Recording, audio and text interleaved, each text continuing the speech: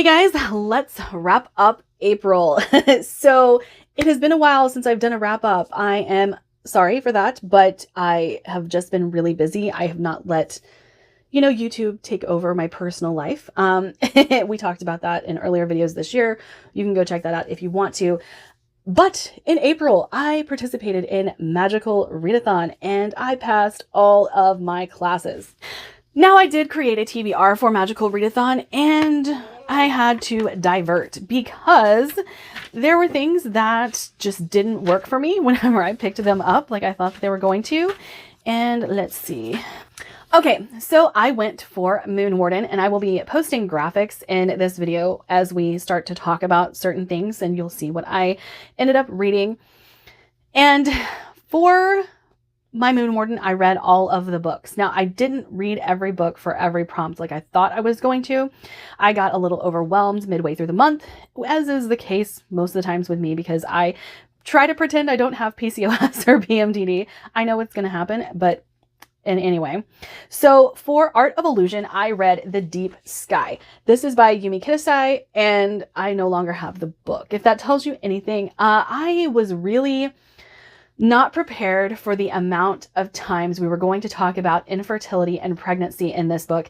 And I, at one point, thought that I was going to DNF it, but that is something that hits home for me pretty hard. And if you guys don't know, I have an adopted son for a reason. I am infertile. And so I really didn't appreciate not knowing that that was in the book beforehand. But what we do have is a group of elite young adults who are being trained to go on a mission to save humanity. They are going to repopulate a new planet because we are on the cusp of World War III. All countries have kind of divested an amount of money in order to see this happen. And they're being shipped off. Things start to go awry very quickly in this book, though, and that's all I'm going to tell you because I feel like anything else would be spoilery. But I liked this book, but I will never reread it because of the content, and so I did unhaul it. Next, for astronomy, I needed a gold cover. I did have To Cage a God on this list, and I ended up not reading that one.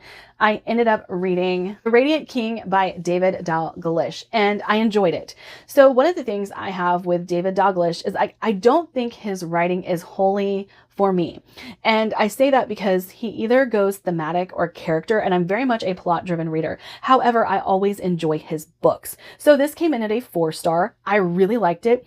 I've given just about every book I've read by him a 4-star, but in this one, we have a group of immortal siblings who have kind of watched the rise and fall of humanity, and they have made a pact to not take over any kingdoms, to not be rulers and things like that. Just let humans be who they are and progress in a way that's natural to them.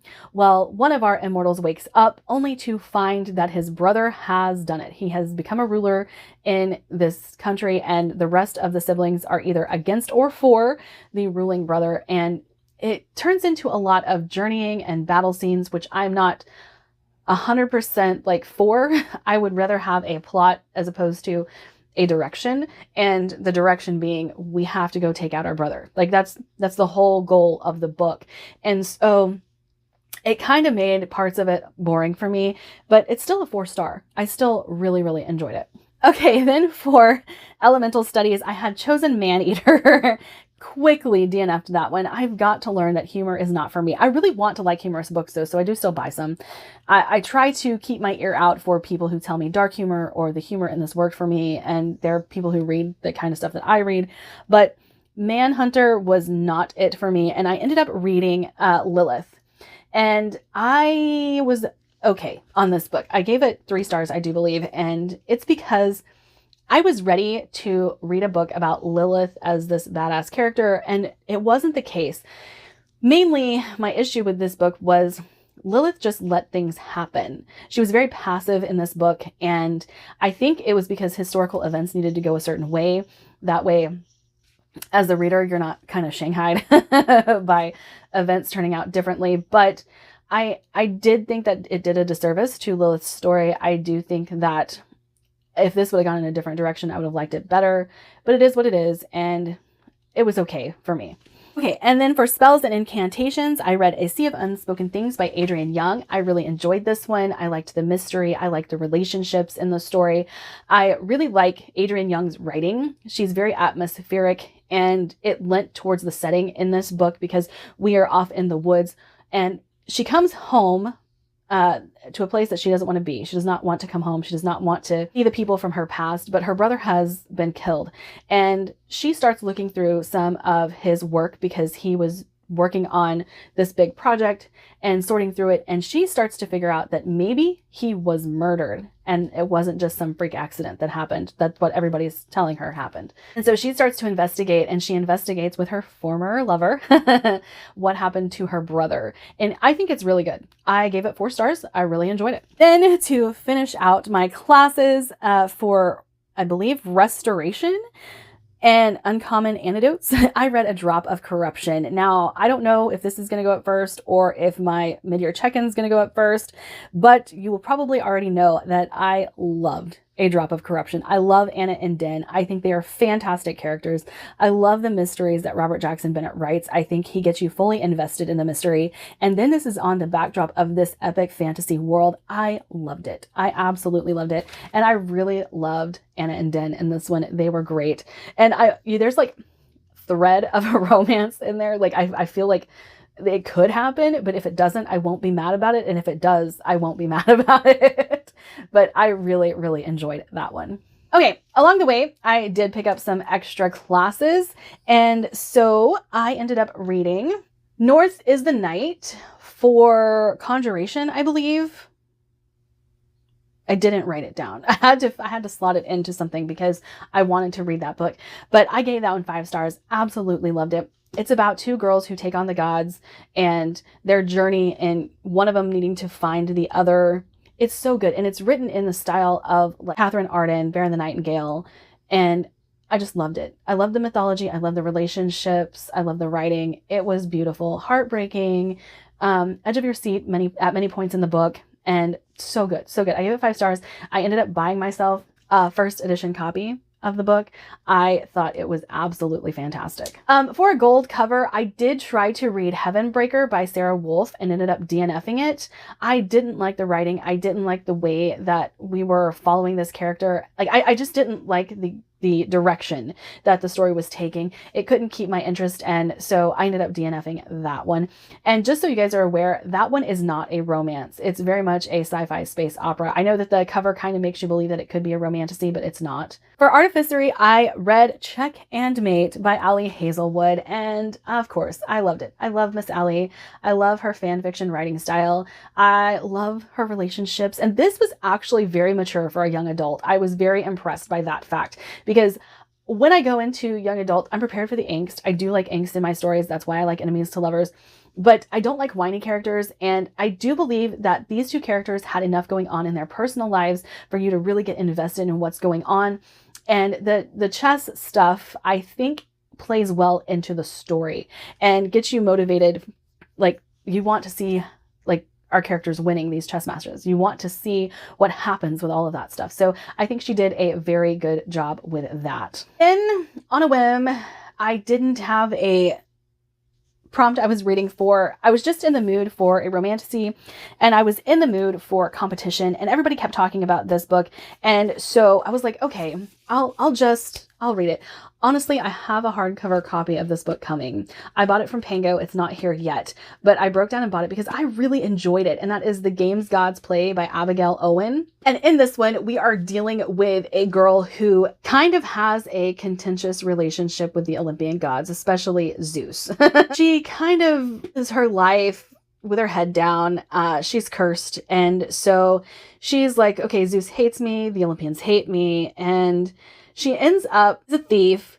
And so she ends up going to this ceremony where the gods are going to choose their victors in this coming competition. And each god chooses their person that they want to participate. And usually it has some tie to the gods. Usually these people have something that exudes the like what you think about the gods, like their characteristics. For centuries, Hades has refused to join the competition. And the reason being is because the winner of the competition gets to rule Olympus. And he already rules the underworld, so he just stays out of it. But for some reason this year, Hades has decided to choose a champion, and he chooses our main character, and things ensue from there.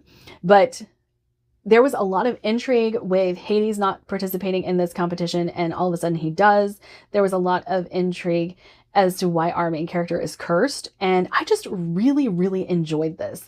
I ended up giving it 4.5 stars, and I did bump it to a 5-star on Goodreads because I just really loved it. It's sitting at a 4.14, which is kind of unheard of on Goodreads, but it was one of those that had kind of tropes I liked. It had the competitions, the trials, like I said. It had the Olympians kind of butting heads, and the trials were kind of horrific at times. So they were people gonna die. That's just what you need to know.